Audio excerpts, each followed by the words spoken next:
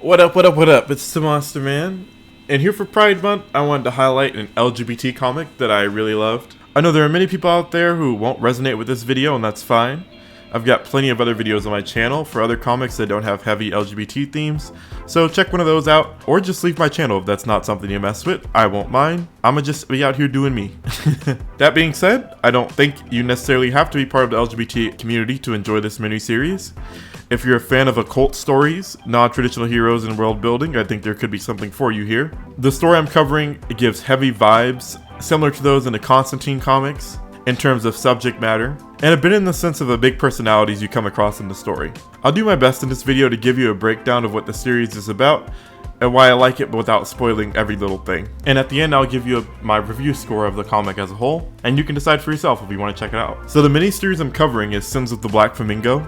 It's a story written by Andrew Wheeler, with art done by Travis Moore, Tamara Bonvillain, and Aditya Bidikar. If I'm pronouncing that wrong, my apologies. This is a 5-issue miniseries, and while it is undeniably short, it packs a lot into its world and easily lends itself to more stories in the universe they created. This story follows the titular Black Flamingo, Sebastian Harlow. He is a flamboyant, selfish thief in the vein of, say, a Black Cat from DC. He steals occult items of power from the rich and powerful.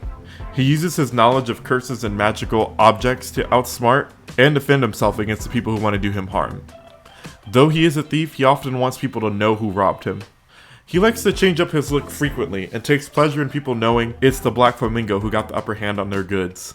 So in that sense, rather than taking a purely stealthy approach, you'll often see a touch of color in a lot of his thieving attire. And I find with the immaculate art style that makes his visuals really interesting. So I'm glad they went this direction with this character. It really gives the illustrators a chance to show off, in my opinion. He's aided by his friend and handler Ophelia, who is well versed in magic herself. She's seemingly more skilled than Sebastian, as she can easily manipulate the minds of people around her. And she seems to have as much occult knowledge, if not more, than Sebastian himself. She's an interesting character whose backstory in the miniseries seems to imply that there's more to her role, as she's part of an organization that is using Sebastian for their own goals. And we find that it's her who provides Sebastian with most of the intel on what to steal and from whom. Hopefully this series continues in another miniseries or full volume, and we learn more about her character. But the little we do get in this series is definitely enough to keep you interested. The rest of the supporting cast forms the Black Flamingo's love triangle.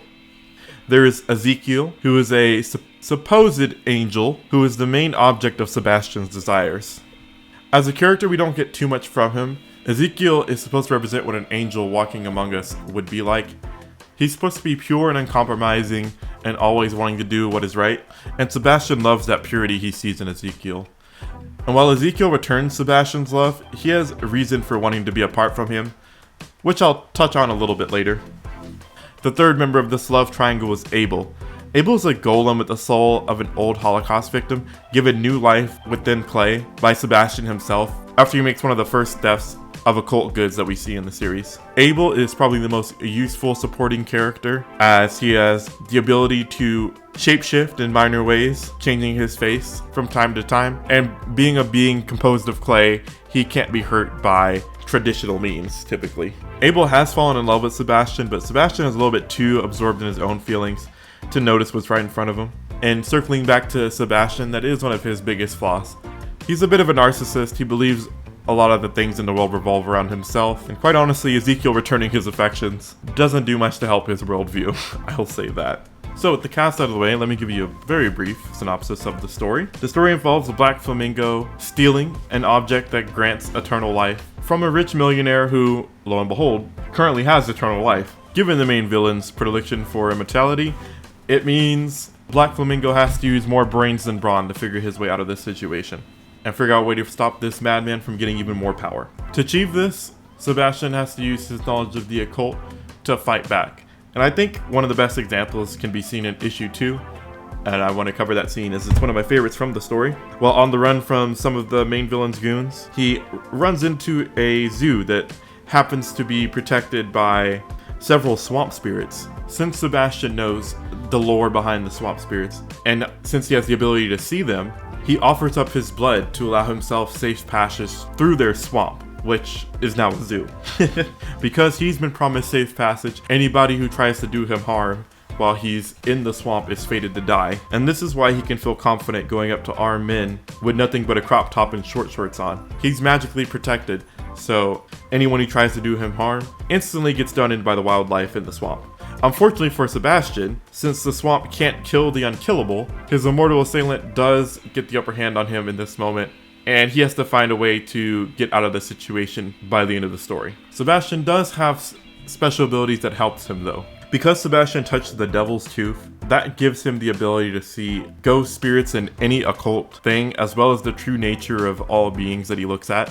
And this true nature usually manifests itself by showing humans in a demonic form or a deformed presence. It also gives him the ability to see ghosts and spirits without aid of anything else. So it's quite useful for him in his work, as well as communicate with those ghosts and spirits. And this is where I want to transition to talk about the world building in this comic that I think they've done expertly well. This is a world close to our own, but it is grounded, where guns do feel like a big threat at any time in this comic, as well as traditional weaponry. It's not necessarily an action piece, but it's good to have a sense of the threat scale when the main character is going up against somebody. This world they created doesn't seem to adhere to the traditional view of the afterlife.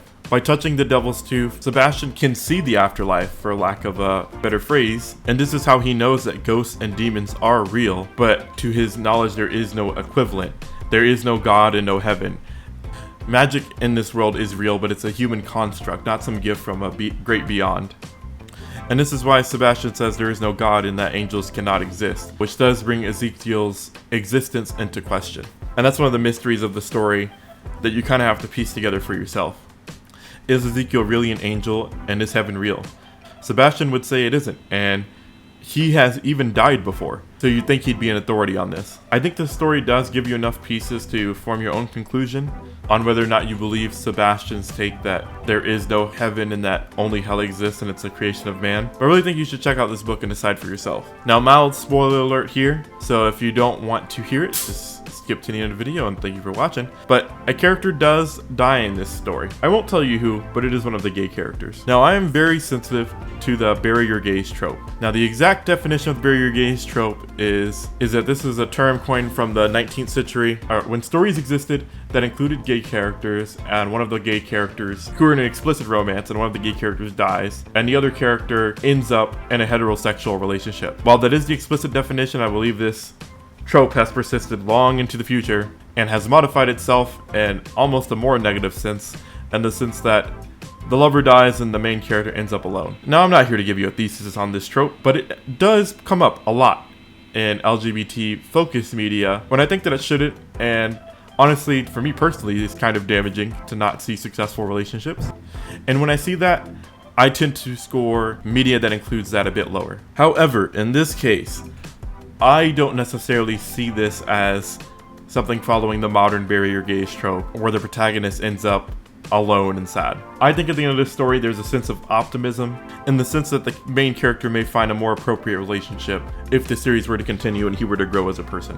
And because of that sense of optimism, I do still recommend this comic to the LGBT community. Though Sebastian's a flawed character, I think if you're part of that community, you'll see some of yourself in him, and maybe even if you're not. I think his flaws are relatable, and I think the goals in the story are noble. And I think the tale is well executed, even though it is short. While I think the story gives you enough information to answer some questions, I can easily see how this can stretch out into more tales in the same universe. They could continue the trend of questioning the existence of heaven by introducing more occult items that are angelic in nature. We could also get some prequel stories or stories involving other spirits, as Sebastian has dated a ghost before. It'd be interesting to see how that happened, or what happens if he dates another ghost. It's also unclear when Sebastian first met the swamp spirit, what other spirits out there are like that, and what other curses does he know, and what are the true nature of Ophelia's organization. It's just easy to see how this world can keep giving you more from this miniseries. And that's not always easy to do. You definitely aren't left questioning if there's more stories to tell. Rather, I'm left with the question of what should they tackle first. And that's a good feeling to have. But I also want to point out, it doesn't leave you needing more. The story standalone is very satisfying. If they never come out with a part 2, I also don't think you'll be disappointed. And that's something rare in a story that's trying to set up to be more. This first tale has a very satisfying conclusion. You don't need to continue, but the option's on the table, and I love that. And I think I'd give this a solid 8 out of 10 as a read. I love the art, and it captures the masculine form exceptionally well, if you're into that. And the women look great too. The art all around is just what really blows me away about this piece. I think they do an amazing work lighting the scene. You can definitely feel like they capture multiple times of day, of different brightness, and the colors are always vibrant to me. So if you're looking for another good comic to read, I say check this one out. It's easy enough to pick up digitally, it goes on sale occasionally, and even if not, it's worth the full price. And yeah, I think I've said all I need to say for this. So thank you for watching, and I hope you have a happy Pride. If you enjoyed this comic, leave a comment down below, and I hope you have a great rest of your day.